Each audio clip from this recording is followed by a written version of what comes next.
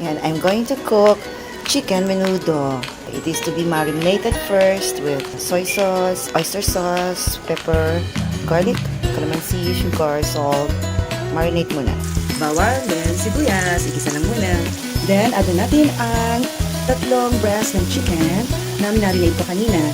Okay, meron ng potatoes. Nilagay ko na rin ang carrots. Nilagyan ko na rin ng cheese chicken hotdog.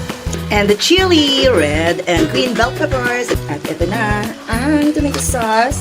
And also, the sugar. Ito na ang menudo. Dahil mahilig tayo na medyo clean siya, nilagyan na rin natin siya ng cheese sa ibabaw.